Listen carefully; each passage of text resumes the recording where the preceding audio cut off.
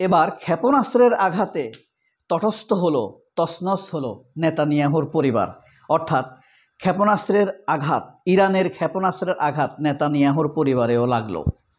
নেতানিয়াহুর পরিবারও ভীত সন্ত্রস্ত হয়ে গেল।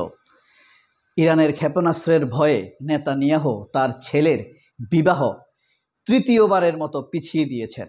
গতকাল নেতানিয়াহুর ছেলের বিয়ের অনুষ্ঠান ছিল তেল আবিব শহরের একটি বিশাল কমিউনিটি সেন্টারে। কমিউনিটি সেন্টারে যাওয়ার আগেই শুনতে পায় সেই কমিউনিটি সেন্টারটি পুরো তছনছ হয়ে গিয়েছে ইরানের ক্ষেপণাস্ত্রের আঘাতে। এবং নেতানিয়াহু আমন্ত্রিত অতিথিদেরকে দুঃখ প্রকাশ করেছেন যে আপাতত আবারও বিয়েটা পিছিয়ে দেয়া হয়েছে। এখন এটি হলো দেশপ্রেম। তার ধারণা দেশপ্রেমের কারণেই, দেশকে ভালোবেসেই এবং দেশের এই পরিস্থিতির কারণেই তার ছেলের বিয়ের অনুষ্ঠানটি হলো না। নেতানিয়াহুর ছেলে প্রেম করত দালিয়া আবিবা নামের এক সুন্দরী কন্যার সাথে। তার ফ্যামিলি থেকে চাপ ছিল দ্রুত বিয়ে করার। পরপর দুইবার বিয়ে পিছিয়ে দেওয়া হয় রাজনৈতিক সোশ্যাল উত্তেজনার কারণে। তৃতীয়বারের মতো এবার বিয়ে পিছিয়ে গেল ইরানের ক্ষেপণাস্ত্রের আঘাতের ভয়ে। তবে এবারের মতো বিয়ের প্রোগ্রামটি ভণ্ডুল হয়ে গেল অনির্দিষ্টকালের জন্য। এই যে খবর লিখেছে Reuters, BBC, CNN, al Jazeera. ইরানের সঙ্গে পাল্টাপাল্টি হামলার মধ্যে ইসরায়েলি প্রধানমন্ত্রী বেঞ্জামিন নেতানিয়াহুর ছোট ছেলে আভনার নেতানিয়াহুর বিয়ে স্থগিত করা হয়েছে। আগামী 16 জুন দীর্ঘদিন সঙ্গী অমিত ইয়ারদেনির সঙ্গে তার বিয়ে অনুষ্ঠানের কথা ছিল 16 তারিখে। এরপরে 16 তারিখে হয়নি, এটি পুনর্নির্ধারণ করা হয়েছে 20 তারিখে, অর্থাৎ গতকাল। সঙ্গে তার বিয়ে অনুষ্ঠান। শনিবার এক প্রতিবেদনে তথ্য জানিয়েছে ইসরায়েলি সংবাদ মাধ্যম টাইম অফ ইসরায়েল। জানা গেছে তেল আবিব থেকে 30 কিলোমিটার উত্তরে তেল আবিব প্রদেশেই রাজধানীতেই কিবুৎজ ইয়াকুমে আভনের নেতানিয়াহুর বিয়ে অনুষ্ঠিত হওয়ার কথা ছিল। এই বিয়েতে শত শত অতিথি আমন্ত্রিত ছিল। ইসরায়েলের মন্ত্রীরা ছিল, সরকারি বেসরকারি বিভিন্ন স্তরের নেতা। তার লিকুদ পার্টির, তার পার্টির নাম তো লিকুদ পার্টি, লিকুদ পার্টির নেতারা ছিল, মন্ত্রীরা ছিল, সরকারি বেসরকারি কর্মকর্তা ছিল, আবিদের বন্ধুরা ছিল, অর্থাৎ তার ছেলের বন্ধুরা ছিল আমন্ত্রিত, প্রচুর আত্মীয় স্বজন ছিল। সোমবার কিবুৎজ ইয়াকুম 15 কিলোমিটার রেডিয়াস পর্যন্ত আকাশ সীমা বন্ধ ঘোষণা করেছে।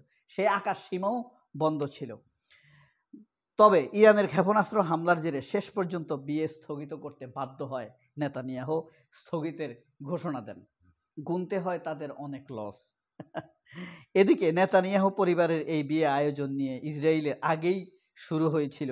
ইরানের সাথে সংঘাত শুরুর আগে রাজনৈতিক নেতারা অভিযোগ করেছিলেন গাজায় হামাসের হাতে বহু ইসরায়েলি জিম্মি অবস্থায় থাকলেও প্রধানমন্ত্রীর পরিবার বিয়ে উদযাপন নিয়ে ব্যস্ত। শেষ পর্যন্ত সেটিও এখন হচ্ছে না। তবে বিয়ে যখন বন্ধ হয়, নেতানিয়াহু বলেছিলেন যে দেশের এই পরিস্থিতিতে আমাদের এই বিয়েটি আসলে অনুষ্ঠিত হওয়া যাচ্ছে না, বিয়ের তারিখটা পিছিয়ে দেওয়া হচ্ছে। আসলে তার পার্টির নেতারা, ইসরায়েলের মানুষ, ইসরায়েলিরা নানান রকম ইয়ার্কি করেছে এই বিষয়টি নিয়ে এবং বিষয়টি নিয়ে হাসাহাসি করেছে। এটি আসলে যেই কমিউনিটি সেন্টারে বিয়েটি হওয়ার কথা ছিল, সেই কমিউনিটি সেন্টারটা ভেঙে গেছে। সেটি না বলে নেতানিয়াহু সংবাদ সম্মেলন করে বলেছে যে আসলে এই দেশের এই পরিস্থিতিতে তারা এটি করতে চাচ্ছে না। এটি বলার সাথে সাথে মানুষ প্রচুর হাসাহাসি করেছে। ইসরায়েলের অসংখ্য পত্রিকায় তাকে নিয়ে সমালোচনা হয়েছে, কার্টুন ছাপা হয়েছে যে ব্যক্তি স্বার্থের বিষয়টিকে দেশীয় স্বার্থের সাথে তিনি যুক্ত করে আদতে জাতির সামনে প্রতারণা করেছেন। এই যে গত শুক্রবার অর্থাৎ গতকাল ইরানে বড় ধরনের সামরিক অভিযান চালায়। হামলার লক্ষ্য ছিল ইরানের পারমাণবিক স্থাপনা, সামরিক ঘাঁটি, ক্ষেপণাস্ত্র কেন্দ্র ও শীর্ষ নিরাপত্তা কর্মকর্তাদেরকে আক্রমণ করা, হত্যা করা। পাল্টা জবাবে ইরানও ব্যাপক হামলা শুরু করে। রবিবার ইরানের হামলায় আক্রান্ত আবাসিক এলাকা পরিদর্শন করেছেন দখলদার ইসরায়েলের প্রধানমন্ত্রী বেনিয়ামিন নেতানিয়াহু। হামলায় ইসরায়েলের বেসামরিক নাগরিকদের মৃত্যুর ঘটনায় ইরানকে চড়া মূল্য দিতে হবে বলে হুঁশিয়ার উচ্চারণ করেছেন ইহুদিবাদী এ নেতা। ইরানের ক্ষেপণাস্ত্র হামলায় ক্ষতিগ্রস্ত বাত ইয়ামের আবাসিক এলাকা ঘুরে দেখার সময় তিনিও কথা বলেন। ইরানের হামলাকে নেতানিয়াহু বেসামরিক নাগরিক, নারী ও শিশুদেরকে পূর্ব পরিকল্পিতভাবে হত্যা বলেও অভিহিত করেছেন। এ সময় ক্ষেপণাস্ত্রের হামলার ভয়াবহতা দেখে ইরানকে ইসরায়েলের অস্তিত্বের জন্য হুমকি বলেও মন্তব্য করেন দখলদার ইসরায়েলি বাহিনী। গত পরশুদিন অর্থাৎ 19 জুন নেতানিয়াহুর সংবাদ সম্মেলন করা অবস্থায় যখন ইরানের ক্ষেপণাস্ত্র আছড়ে পড়ে তার পেছনে প্রায় আনুমানিক 1.5 কিলোমিটার দূরে, সংবাদ সম্মেলন যেখানে করছিলেন তার 1.5 কিলোমিটার পিছনে, তখন তিনি সংবাদ সম্মেলন অসমাপ্ত রেখে সেখান থেকে দ্রুত শেষ করে পালিয়ে যেতে বাধ্য হন ভয়ে। এবার ইরানের ক্ষেপণাস্ত্রের ভয়ে পালিয়ে গেলে তার ছেলের বিয়ে পিছিয়ে দিতে বাধ্য হলেন। তবে এটি এখন স্পষ্ট, ইরানের ক্ষেপণাস্ত্রের আঘাত এখন ইসরায়েলের প্রধানমন্ত্রী নেতানিয়াহুর পরিবারে। ক্ষেপণাস্ত্রের আঘাতে ভীত সন্ত্রস্ত নেতানিয়াহুর পরিবার। তাহলে শুধু ইসরায়েলের বড় বড় দালানকোঠা, বিল্ডিং, রাস্তাঘাট, স্থাপনা ভাঙেনি ইরানের ক্ষেপণাস্ত্র, ইরানের ক্ষেপণাস্ত্র ভেঙে দিয়েছে নেতানিয়াহুর পরিবারও আঘাত থেকে বাইরে নয়। ক্ষেপণাস্ত্রের আঘাত থেকে, ইরানের ক্ষেপণাস্ত্রের আঘাত থেকে নেতানিয়াহুর পরিবারও বাইরে ছিল না।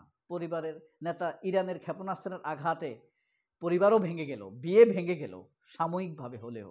এই জিনিসটি উল্লেখযোগ্য। কিন্তু প্রতিটি ইসরায়েলি কিন্তু তটস্থ, কান্নাকাটি করছে, নানান রকম গান গাইছে, please Iran stop the war, তোমাদের যুদ্ধ বন্ধ করো, আক্রমণ বন্ধ করো, ক্ষেপণাস্ত্র নিক্ষেপ বন্ধ করো। যদিও গত 1.5 বছরের ইসরায়েলের ফিলিস্তিনের উপরে হামলাগুলো হয়েছে, এই হামলাগুলোতে 40,000-এর উপরে ফিলিস্তিনি শিশু নিহত হয়েছে, প্রায় কয়েক লক্ষ শিশু এতিম হয়েছে। এটি তখন তাদের মনের ভিতরে এই বিষয়ে আঘাত লাগেনি, অনুভূতিটি জাগেনি। এখন যখন নিজেরা রক্তাক্ত হচ্ছে, আঘাতপ্রাপ্ত হচ্ছে, বাস্তুচ্যুত হচ্ছে, কত কত ফিলিস্তিনিকে তারা বাস্তুচ্যুত করেছে, উচ্ছেদ করেছে বাড়ি থেকে। কিন্তু এখন দেখেন কিভাবে কি হচ্ছে, নিজেরাই উদ্বাস্তু হয়ে যাচ্ছে, বাস্তুচ্যুত হচ্ছে, কাপুরুষের মতো বাংকারে মাটির নিচে তাদেরকে আশ্রয় নিতে হচ্ছে। ইরান অনিরাপদ, ফিলিস্তিন অনিরাপদ হয়েছে, তাদের অভিশাপ রয়েছে। ফিলিস্তিনিরা কি অপরাধ করেছে বলতে পারেন? এই যে ইরানে নেতানিয়াহু 13 তারিখে হামলা করলো, তারা কি অপরাধ করেছে? তারা কি ইরানের সাথে কোনো রকম বাতচিত করেছে, নাকি আক্রমণ করেছে, নাকি কাউকে হত্যা করেছে? কিন্তু কিছুদিন পর পর তারা মুসলমানদেরকে এইভাবে হত্যা করে, ফিলিস্তিনে ধারাবাহিকভাবে হত্যা করে, ইচ্ছা করলেই হত্যা করে, বোমা মারে, হাসপাতাল ভেঙে দেয়, বাড়িঘর ভেঙে দেয়, মানুষকে উচ্ছেদ করে। সেই আঘাতের অভিশাপ থেকে নেতানিয়াহুর পরিবারও মুক্ত নয়। সবাই অনেক ভালো থাকবেন। আল্লাহ হাফেজ। আসসালামু আলাইকুম।